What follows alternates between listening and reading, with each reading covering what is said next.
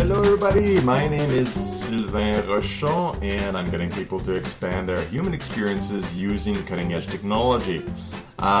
Today I wanted to talk about technology, nanotechnology, things like that, but I decided to actually do a video on my latest social experiment, which for those of you who follow me on Facebook or Twitter, you've seen me in doing something interesting over 30 days, doing meditation for peace, just like taking a minute and focus my mind on peaceful resolutions and peaceful people all around the planet, kind of focus on peace and harmony, and trying to gather some data on that to see how many people I could influence in actually doing the meditation and extrapolating from that and kind of gathering some data, as well as feeling good, because I am someone that meditates in short spurts like this, and I've been doing it for a long time.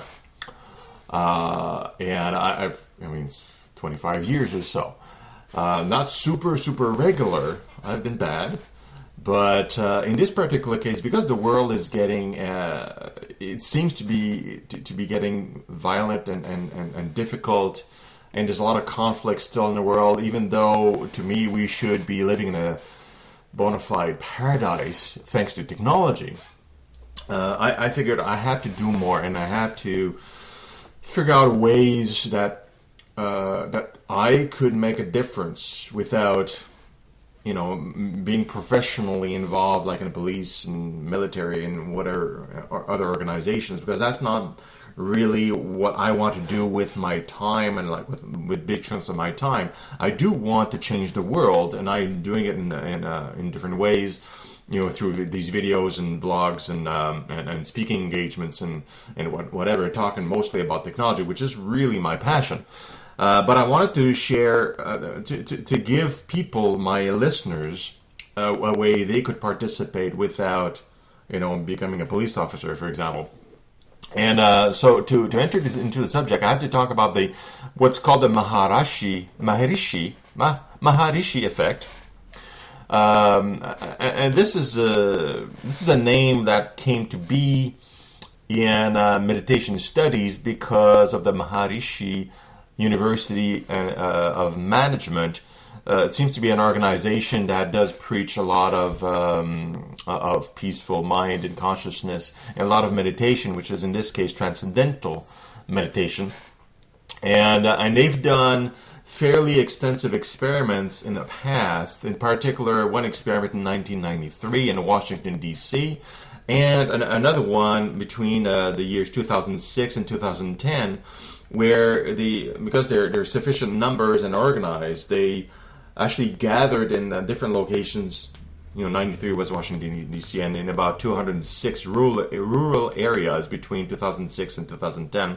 So significant amount of resources and resources from around the world came to be, and they measured using social statistics like crime rates, violent crime rates, that are available in the States, and making comparatives like year to year between other periods and things like that. And they were supervised by sociologists and criminologists and the police chiefs, which were kind of looking at them incredulous and thinking, "Wow, this won't work." And nobody, the Maharishi organization and my own philosophy, the Iranian movement, we both talk about this as being some kind of misunderstood or not understood at all, really, effect of when a brain kind of focuses on something and it has an effect outside of our head.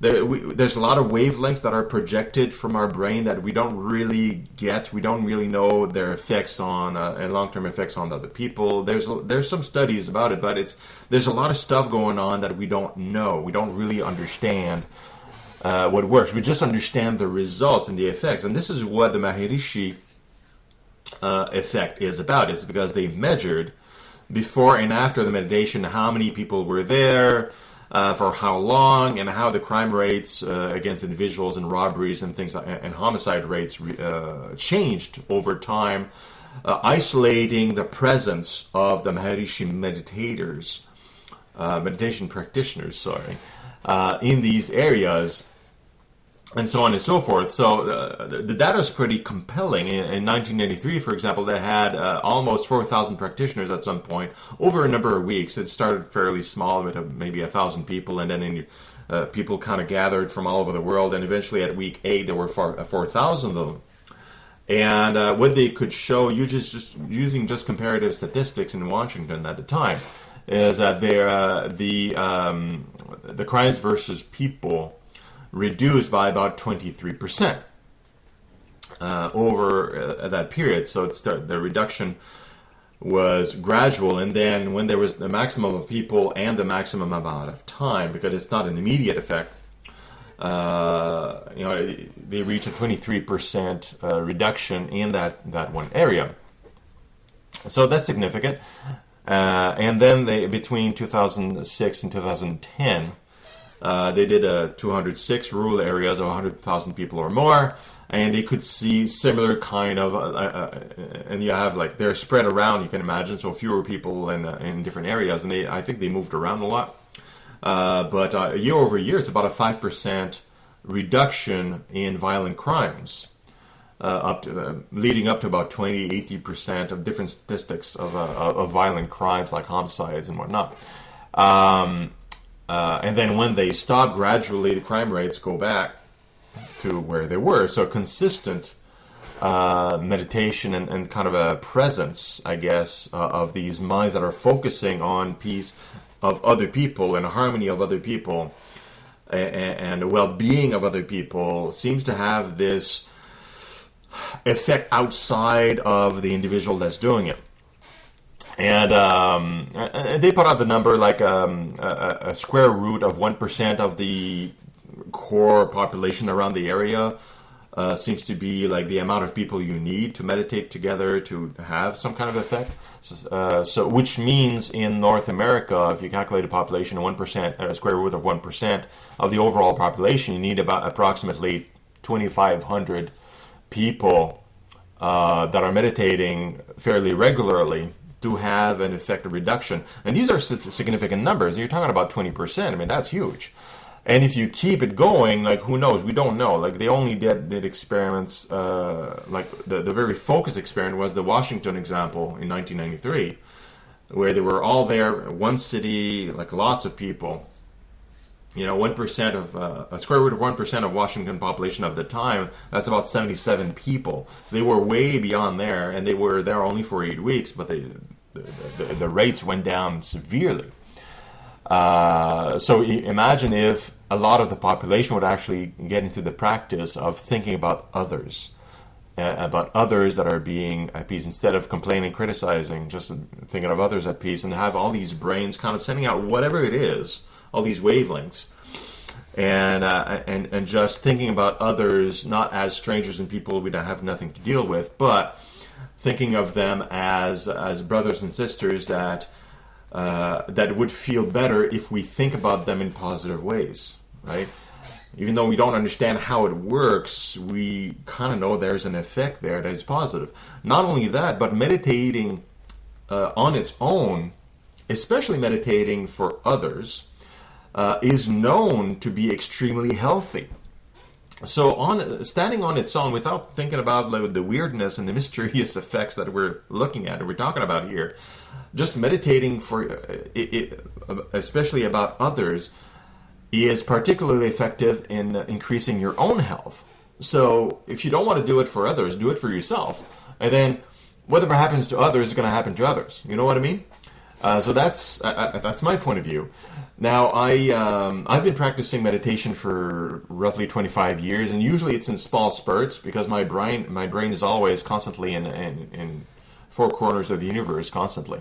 So taking 1 minute, whenever I have a thought, I have time, sometimes just sitting on the bus, sometimes it's walking in the park and taking my shower, whatever it is, taking a minute and just spending a minute of stopping and thinking about this is easy. And it's actually easy for others. You don't need to have any formal training. You just stop, close your eyes, and think about a world at peace where there's no violence, and you just think about that.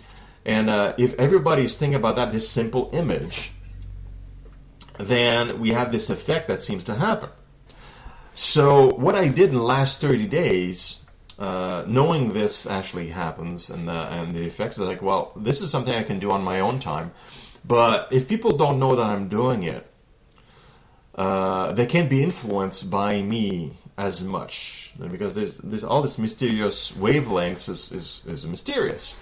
I don't know how many people I'm influencing just by meditating, for example, on my own. So, but if they see me meditating and I explain what I'm doing, then other people can be influenced in actually doing it, and maybe beginning a practice in their own homes, in their own lives. And they themselves, through social media and shares and things like that, they can influence others through their own postings and their own comments and so on and so forth. And that can create a very nice domino effect of just well-being for your own health, as well as creating a certain amount of people that is growing, that in their own daily life, without organization or groups or whatever, just start regularly meditating because they know this is good for them and others. And then we can have like a bit of a critical mass, like the Maharishi group are saying, like square root of 1% that are fairly regularly thinking and focusing on this. And we can actually reduce the crime rate and reduce the stress levels, reduce the amounts of violent crimes and so on. And so I did a 30-day social experiment, which I'm giving you the results right now, and they're very, very simple because there's just so much I can glean off with reasonable accuracy from social behavior. What I do know is that I did 30 days. I posted them on Facebook, and I think they went off to Twitter as well automatically, because everything I post on Facebook goes automatically onto Twitter, on my Twitter account. And I have 3,000 people that are friends with me on Facebook, which is fairly significant. And I posted my pictures of meditating, and I did it in my daily life, normal life, with a beard on, like I have, like kind of a semi-beard right now. Doing the dishes, doing the laundry, waiting for the laundry, waiting for something to cook, and or at the park, taking a walk, whatever. And sometimes I'm with friends that are also in similar mind to me. And we're meditating, and I'm showing with others. And so I'm showing myself doing it. And I got over 30 days, so that's 30 minutes of commitment in my time. And I'm using my smartphone usually. Okay, I'm standing here to do a meditation. Boom, taking a picture of me meditating. I finished the meditation, and it's posted on Facebook automatically. Very, very easy. It takes me a minute. So that's 30 minutes within a month of my time. I got 427 likes. So that's pretty good, right? And a lot of my friends are also people that tend to meditate, are healthy and things like that. So I assume maybe about half of them, when they saw me and they knew what I was doing and taking the time to like, maybe half of them stopped to take a minute as well. So that's just an assumption. So that, along with me, and also I did some math. I don't want to get into it. If you want to see the math a little bit more, you can look at my blog, which is the link below.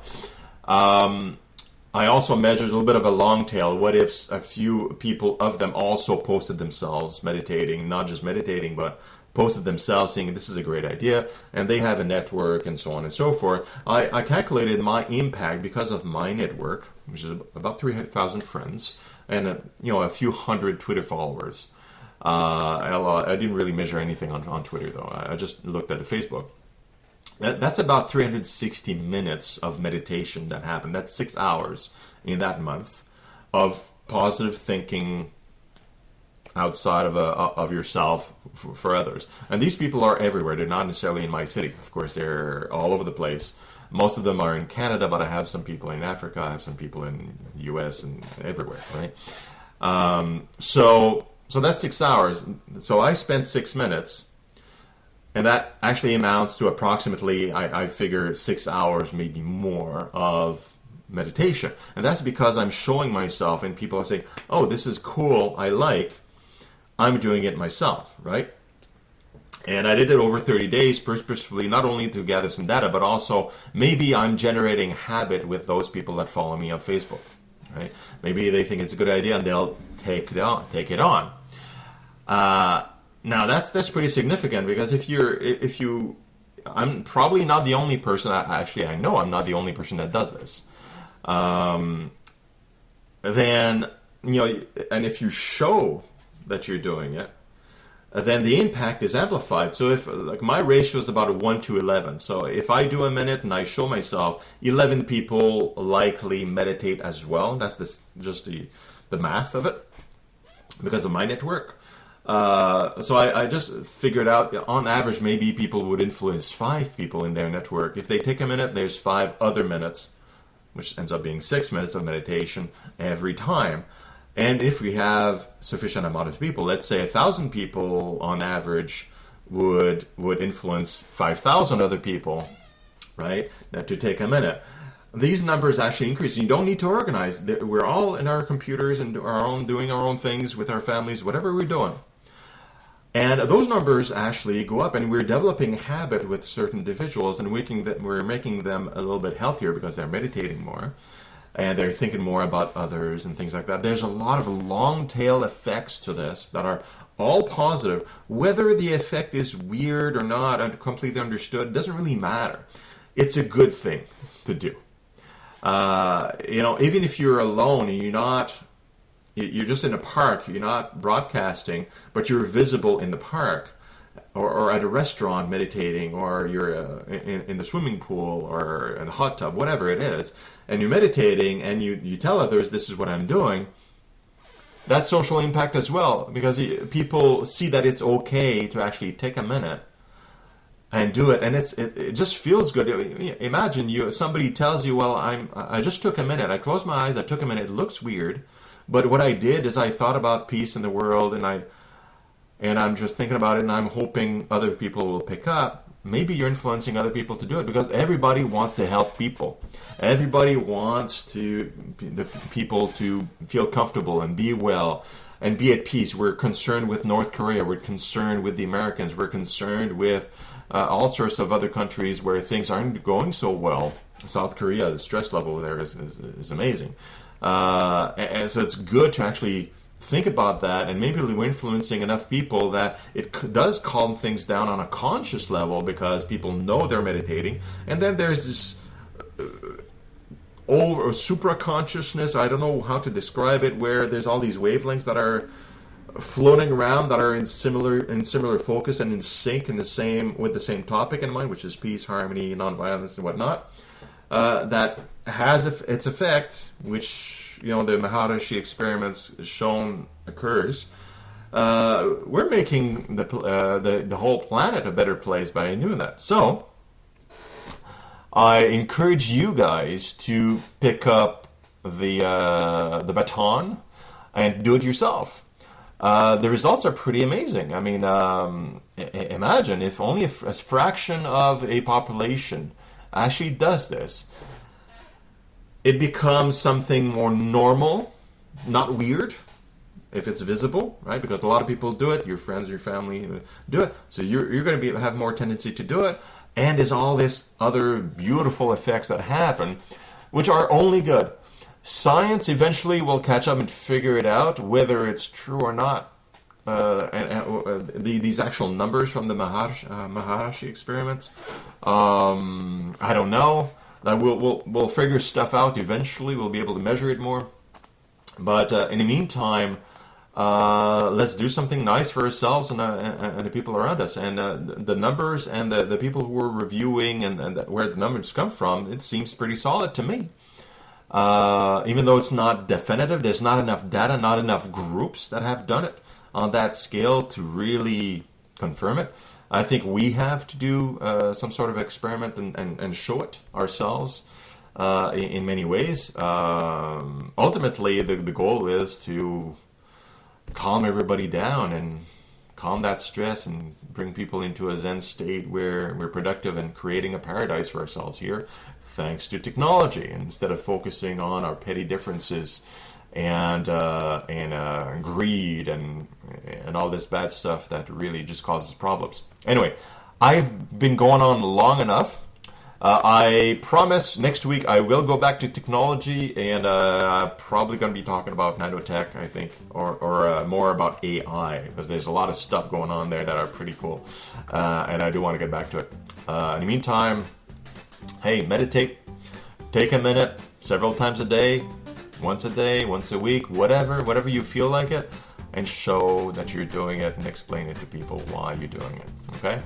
And we'll just create the world, we'll put the world in a better place just by being ourselves and being cool. I'll see you later. See you next week. Have a great one. Ciao.